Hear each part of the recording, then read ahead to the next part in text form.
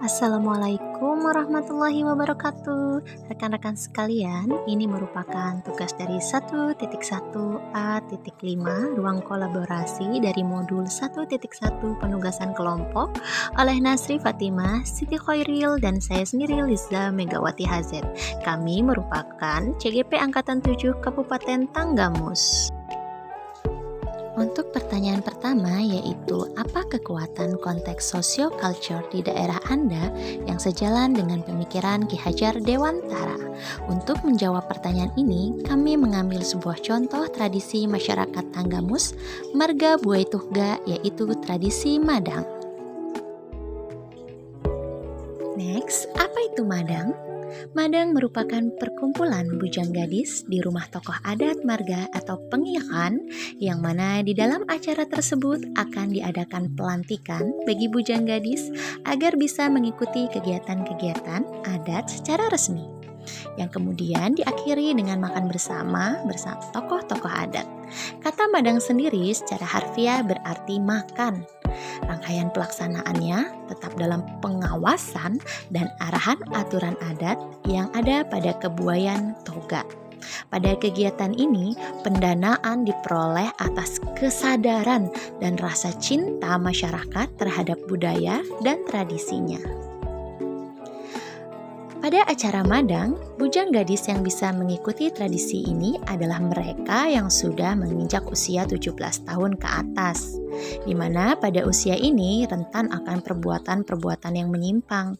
Diharapkan dengan adanya tradisi Madang ini bisa membatasi dan menjadi pencegahan awal bagi bujang gadis untuk melakukan segala tindakan yang menyimpang.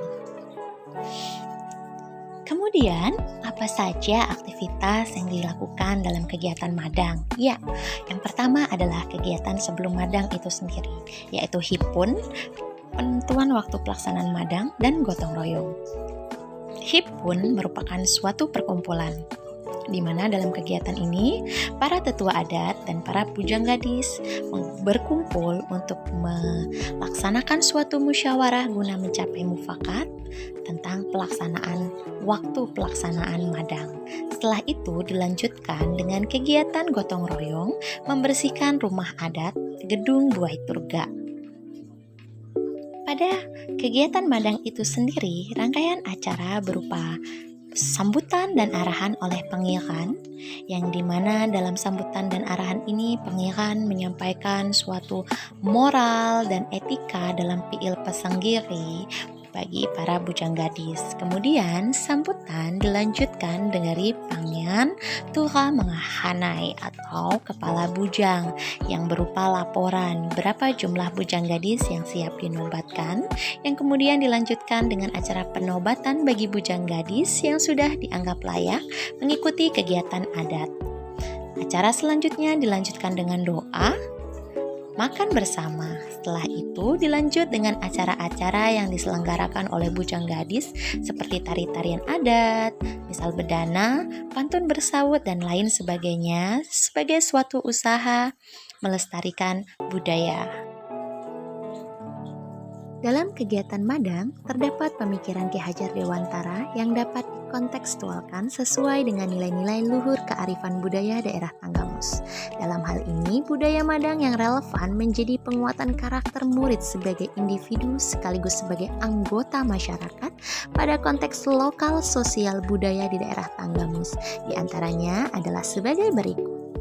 Yang pertama adalah pendidikan bertujuan untuk menuntun anak. Dalam hal ini, dalam kegiatan Madang ini, kegiatan menuntun terdapat pada kegiatan hipun, sambutan pengiyakan, di mana arahan itu berisikan suatu nasihat kepada pemuda dan pemudinya untuk bertindak sesuai dengan norma yang berlaku, baik norma agama maupun norma adat. Yang kedua adalah pendidikan anak adalah sesuai kodrat alam dan kodrat zamannya. Berkaitan dengan kodrat alamnya, bahwa kodrat anak adalah bermain. Pada budaya Madang ini, terdapat di dalamnya acara bersahut pantun tari-tarian. Jadi, melalui budaya ini, anak dapat mengembangkan diri dalam berpantun dan menari sesuai dengan bakatnya. Dalam hal ini, kegiatan bermain dapat kita lihat dari kegiatan bersahutan pantun. Dalam anak-anak belajar melestarikan budayanya, belajar tentang berpantun tanpa mereka sadari. Karena pembelajaran dilaksanakan dengan cara bermain, secara menyenangkan.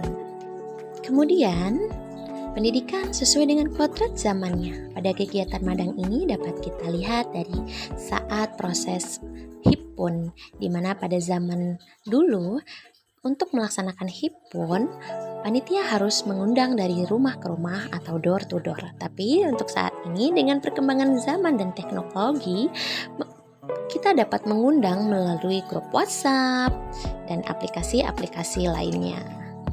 Yang selanjutnya adalah pemikiran Ki Hajar Dewantara tentang budi pekerti atau watak dan karakter. Melalui budaya madang ini diharapkan akan dapat menjadi wadah bagi muda-mudi membentuk budi pekerti atau watak karakter yang baik. Selanjutnya, pemikiran Ki Hajar Dewantara yang menebalkan laku murid di kelas atau sekolah sesuai dengan konteks lokal budaya Madang yang dapat diterapkan adalah pemikiran mengenai Ki Hajar Dewantara, yaitu budi pekerti.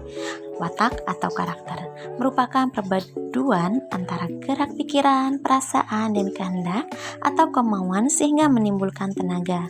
Budi pekerti juga dapat diartikan sebagai perpaduan antara cipta atau kognitif, rasa, dan karsa atau afektif sehingga menciptakan karya psikomotor.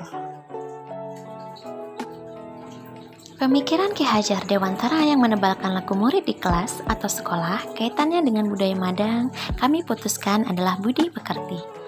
Contoh pertama, dapat diterapkan untuk meningkatkan nilai spiritual siswa dengan cara berdoa sebelum dan sesudah pelajaran.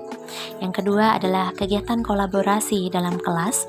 Contohnya adalah siswa mampu berkolaborasi dalam kegiatan diskusi pembelajaran kelas. Pada kegiatan Madang dicontohkan pada kegiatan hipun, yaitu kolaborasi untuk mencapai suatu mufakat. Yang ketiga adalah gotong royong. Diterapkan contohnya siswa dapat bergotong royong membersihkan kelas dan lingkungan di luar kelas. Pada kegiatan Madang dapat dicontohkan pada kegiatan gotong royong membersihkan rumah adat Buai Turga. Yang keempat adalah nilai pelestarian budaya. Penerapannya dalam kegiatan siswa contohnya meminta siswa mengumpulkan tugas yang berkaitan dengan budaya. Sebagai contoh, guru bahasa Indonesia yang mengajar teks prosedur memberikan tugas kepada muridnya untuk membuat makanan dan teks prosedur dari makanan khas Lampung. Dalam hal ini, pelestarian budaya dalam acara Madang dilaksanakan dengan adanya pantun bersahut, tari-tarian, dan lain-lain. Yang kelima adalah nilai penguatan moral etika. Contohnya adalah penerapan nilai sopan santun dalam kelas, misalnya berbicara sopan kepada guru dan teman, ketuk pintu saat akan masuk ruangan, tunjuk tangan saat izin bicara, dan lain-lain. Pada kegiatan Madang sendiri dapat kita lihat penguatan moral etika ada pada kegiatan saat pemberian sambutan oleh pangeran, di mana pada saat itu pangeran menyampaikan tentang moral etika cara bergaul muda-mudi yang sesuai dengan piil pesanggiri dan norma agama. Yang keenam adalah nilai sosial dalam kelas dapat diterapkan, contohnya adalah siswa wajib berpakaian seragam sesuai aturan sekolah. Siswa menghargai sesama teman dan tidak mengintimidasi.